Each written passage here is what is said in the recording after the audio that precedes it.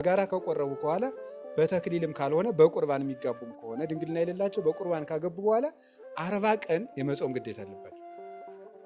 ትዳር ለምን ገርል ነዋ። ገርል እኮ ነው። ማረፊያ አይደለም፣ ድግስ ቤት አይደለም፣ ገርል ነው።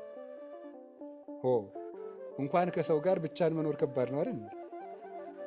ሰው እኮ ሲያገባ ከቀላል ወደ ከባድ ነው፣ ከከባድ ወደ ቀላል ነው የሚሄደው።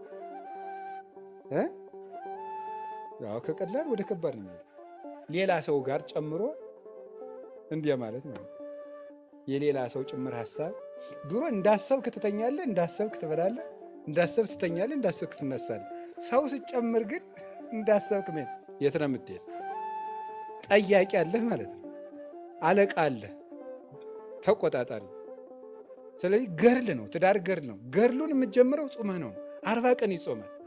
አሁን ብዙ ትዳር ፍቅር የሌለው ከንቱ ትዳር የሆነበት ምክንያት እንደተጋቡ አይጾሙም። ስለዚህ ረድኤተ እግዚአብሔር ይለያቸዋል ማለት ነው። 40 ቀን ግን ከተጋቡባት ቀን ጀምሮ 40 ቀን ይጾሙና በ40ኛዋ ቀን ስጋው ደግሞ እንደገና ተቀብለው ሰርግ ይደረጋል። መደገስ ይችላል፣ አለመደገስ ይችላል። ምክንያቱም ክርስቶስ 40 ቀን ከጾመ በኋላ የት ተገኘ? ሰርግ ቤት ውስጥ ተገኘ ማለት ነው። ስለዚህ እሱም ገርል ነው። ምንኩስና ምንድን ነው? ገርል ነው አይደለም? ገርል ዋናው ገርል። ምንኩስና የሚጀመረው ምን ተደርጎ ነው? ተጾሞ ነው። አንድ ሰው ከመነኮሰ በኋላ ስንት ቀን ይጾማል? ከመነኮሰበት ቀን ጀምሮ 40 ቀን ይጾማል። 40 ቀን፣ ለዚያውም ልብሱን ሳያወልቅ ሰውነቱን ሳይታጠብ። እንዲያውም አብዛኛው የመነኩሴ መከራ ያለች 40 ቀኗ ውስጥ ነው። ስቃይ የሆነም ፈተና ማለት ነው። ጠቅላላ የዲያብሎስ ጦርነት የሚከፈተው እዚህ 40 ቀን ውስጥ ነው። አሁን ይህን ማስረዳት አይቻልም። የመነኮሰ ብቻ ነው የሚያውቁ። ብቻ እንዳለው ማሳወቅ ግን ጥሩ ነው። አለው ብቻ ማለት ዝም ብሎ ማለት ምን ያህል ነው መጠኑ? መንኩሳችሁ ወቁት አልላችሁ ነገር። እሱም በጾም ነው የሚጀምረው። ክህነት ሲሰጥ በጾም ነው የሚጀምረው። አሁን ይኖር አለ እንጂ አባቶቻችን ዲቁና ሰጠው ለዲያቆኑ ምን ይሰጡታል?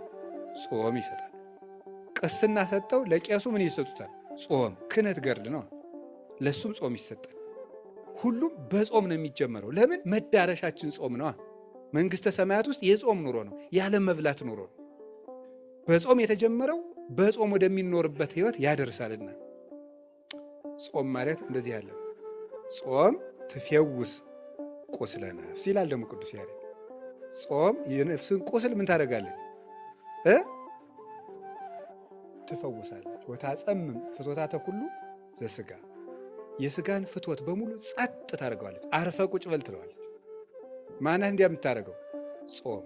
የነፍስን ቁስሏን የምትፈውሳት ጾም ናት ተብሎ እንግዲህ ፈውስ ነው፣ ምንጭ ነው ብያችኋል። መላካዊ ህይወት ነው፣ እግዚአብሔርን የሚያስመስል ህይወት ነው፣ የመንግስተ ሰማያት ኑሮ ነው ጾም። ለዚህ ነው የምንጾመው። ፍኖተ ክርስቶስም ነው፣ የገርል መነሻም ነው፣ የጸሎት ምንጭም ነው። አጋንንትም አይወዱ። ልንገራችሁ፣ አንድ ሰው ገበታ አለ። ገበታው ውስጥ ውሃ እርጥብ ሲሆን ነው ደረቅ ሲሆን ነው ትንኝ የሚመጣው? እርጥብ ሲሆን ነው አይደለም? አዎ እርጥብ ሲሆን ነው። እንደዚህ ሁሉ ከማይጾም ሰው ሰውነት ማን ይሰበሰባል? አጋንንት ይሰበሰባሉ። አጋንንትን ዝንብ ወይም ትንኝ አድርጓቸው ይሰበሰባሉ። ከደረቁ አይሰበሰቡም። አጋንንት ከበው የሚያስጨንቁት የማይጾምን ሰው። የሚጾምን ሰው አይፈትንም ማለት እንዳልሆነ ሁሉ ማለት ነው። እሱ ራሱን የቻለ ጎዳና አለ። ስለዚህ ያስጨንቃሉ። ጥያቄ፣ እሳት እየነደደ እንጨት ብንጨምርበት እሳቱ ምን ያደርጋል? ይጨምራል። እንጨቱን ወጣ ብናደርገውስ ይጠፋል እንዲህ እሳቱ? አዎ። እንጨት ምንድን ነው? ምግብ። እሳት ምንድን ነው? እንደዚያ ነው። ስለዚህ እንጨቱን ወጣ ስናደርገው እሳቱ ምን ያደርጋል?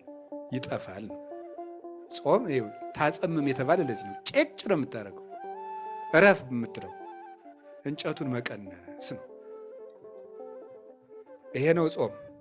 ከዚያ አብይ ጾም እንፈታ ነው።